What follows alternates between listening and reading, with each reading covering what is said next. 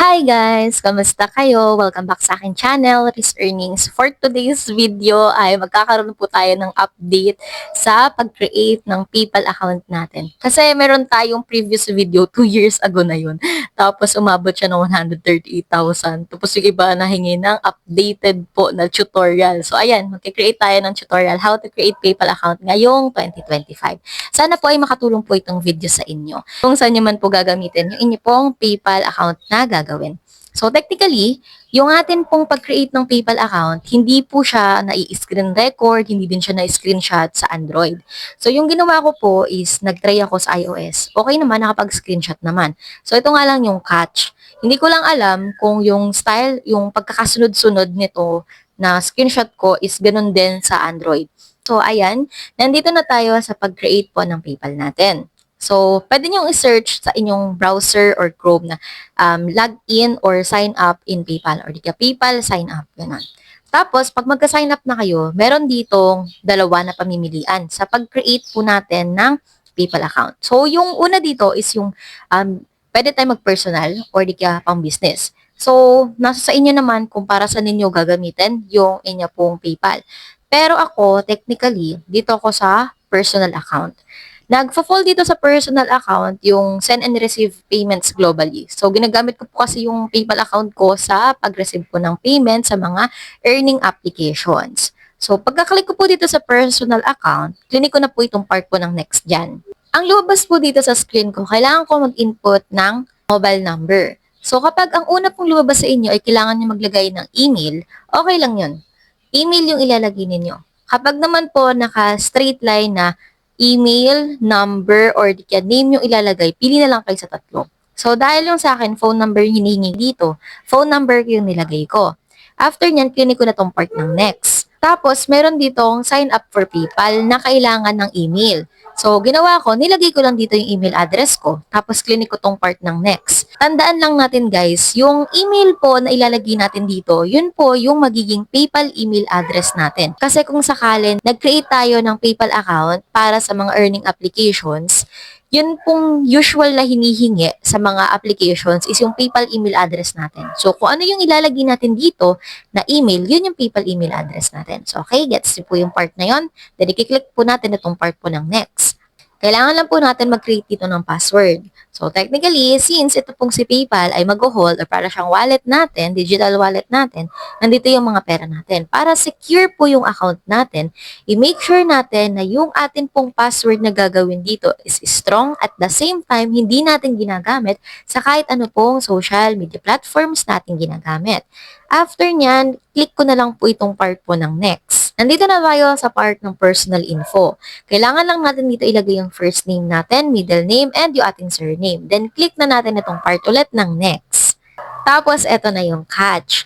Kailangan natin dito maglagay ng atin pong ID. So, meron po akong na-receive na comment dun sa previous nating video. Sabi, dun daw sa thumbnail ko, no ID needed. Pero bakit daw may in-input ako na ID? So, technically, hindi po talaga tayo dito makakapag-next hanggat wala po tayong pipiliing ID. Pero, okay lang po kahit na wala tayong ID. So, ayan, isin natin para mag-gets ninyo. Dito sa part ng nationality, Philippines lang po yung sa atin. If ever na taga-Philippines kayo. So, sa nationality, ayan, Philippines yung chinek ko. Bali po sa ID type, meron po tayong tatlong choices dito. Meron tayo dito ang national ID, passport, or driver's license. Kung sakali na dito sa tatlong to ay meron naman po kayong ID, pwede nyo nang ilagay dito yung inyong pong ID number and yung mga information ng ID na to. Pero kung sakali po nakagaya ko, wala po kayong ID na passport, driver's license, or kahit yung national ID, pipili lang po tayo dito. Kahit ano, ID type na, national ID, driver's license, or yung inyo pong passport. So, yung sa akin, mas okay sa akin yung national ID na lang kasi mas may pag-asa ako magkaroon nun para balang araw, pwede ko siyang baguhin. So, dito sa ID type, nilagay ko lang is national ID. Pero kayo makikita dito na ID number. Yung nilalagay ko lang po dito, 1, 2, 3, 4, 5, 6, as in, random lang na number. Tapos, pagkalagay na natin dito ng ID number natin, sa baba niyan, meron date of birth. Ilalagay lang po natin yung atin pong birthday. Month yung una, tapos date po, tapos year. After po niyan, i-click na natin yung part ng next. Pero disclaimer lang po, kung meron naman po kayong ID, okay na, ilagay niyo na yung pinaka-ID number ninyo. Yung sa akin po kasi, wala talaga akong ID na ganito, kaya no choice ako. Dito sa street name, house number, and subdivision, kunyari, number 16, Maganda Street, Mabuhay Subdivision, lagyan niyo yan. Anong barangay kayo? Kunyari, barangay 1, tapos anong district, tapos, ilalagay niya din dito sa part ng box, dalawa yung box na nandito. I-check nyo lang yan. Pagka-click nyo dyan, lalabas yung check. Tapos, i-click nyo na itong part ng agree and create account. After nyan, may account na po tayo sa PayPal. Lalabas na itong dalawang option, shop and saka send money. Pero i-click ko lang itong part ng not now. Dito, may option po tayo na pwede tayong mag-bind po ng atin pong debit or credit card. Ako po wala po akong debit or credit card. Kaya no choice ako dito kundi i-click ko tong part ng not now. Pero if in case na meron naman kayong card dito na po pwedeng i-bind, pwede nyo nang ilagay dito. Card type, expiration date, security code, tapos billing address. Tapos i-click nyo tong part ng link card. Since wala akong ililink na card, i-click ko na tong part ng not now. After nyan, okay na. Meron na ditong lighting fast checkout, tsaka shop with peace of mind. Pwede nyo i-click itong explore offers if in case na interesado kayo. Pero since itong video natin is about sa tutorial how to create, so clinic ko na itong part ng continue to home. Ganito yung nakita ko sa screen ko. So meron na ditong send payments, etc. So pwede na itong i-scroll. Ayan, bumungad na sa akin yung aking PayPal balance na 0. Since kakagawa pa lang natin ang ating PayPal account dito. So, ngayon, ayusin natin yung account natin. Click nyo tong part ng 3 lines. Tapos, i-click nyo yung part ng settings na icon. Then, ganito yung mag-appear sa inyo. Naka-under to sa account, pero nag-appear na kagad siya sa akin pong screen. Looks like your email address needs to be confirmed. So, yung atin pong email address kanina na nilagay, yan naka-appear dito. Naka-primary siya, pero unconfirmed. So, para mas maging secure tayo, i-click natin tong confirm email. Tapos, dalawang option, confirm with Google, tsaka email code instead. Yung pinili ko dito is email code instead para makaka-receive na lang ako ng 6-digit code. Kagaya nito, nag-send sila ng 6-digit code na maglalast lang or okay lang yung code na yun for 10 minutes. So, yung code na yun makikita po natin sa atin pong email. So, nagpunta lang ako dito sa akin pong email, naka-receive na nga ako na your verification code is 962676. Valid siya for 10 minutes. So, ang ginawa ko, tinype ko siya dito. 962476, tapos clinic ko tong PAN. After nyan is okay na. Nandito na yung aking full name.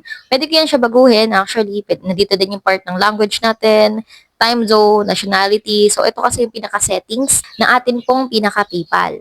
Nandito din, makikita natin yung atin pong email, which is okay na, yung akin pong primary email. Tapos, nandito din yung phone number at saka address. So, ganito, if ever na yung phone number po ninyo is gagawin yung updated, pwede niyong baguhin yan. Meron ditong part ng change. Tapos, sa inyong address naman, pwede nyo din yung i-edit if in case na kunyari, lumipat kayo ng bahay. So, pwede nyo yung ayusin. Dito naman sa part ng security, if tingin ninyo, hindi ganun ka-strong yung password ninyo, tas malaki yung amount na nasa PayPal ninyo, pwede nyo pong ayusin yung inyong password, i-update nyo lang po yun under po nitong part ng security. So ngayon, clinic ko ulit itong part ng 3 lines, tapos clinic ko itong part ng send and request.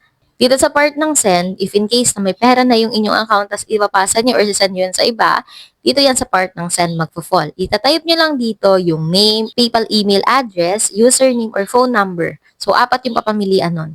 Tapos, pag na-type nyo na dito siya sa part ng send payment to, pwede kayo mag-proceed. Pero mamaya, meron tayong panibagong tutorial dyan. Dito naman sa part ng request, kung kayo ay magre-request po ng payment mula sa, kunyari, employer ninyo, pwede nyo i-type yan dito. Pero dito muna tayo sa part ng contacts. So, dito sa part ng contacts, meron kayo makikitang create etong people.me. Aayusin natin yung account natin para kapag may magsisend po ng payment sa atin, alam na tayo yung sasendan. Para aayusin natin yung ating pinaka-link, yung ating profile. So, dito siya sa part na to. I-click lang natin tong part ng create. Then, dito, mag-add tayo ng ating photo. Tapos, click natin tong part ng add photo. Then, naglagay ako dito ng profile picture ko. Then, click ko lang tong part ng save. Tapos dito naman sa pinaka-link natin, paypal.me/ tapos yung name ninyo.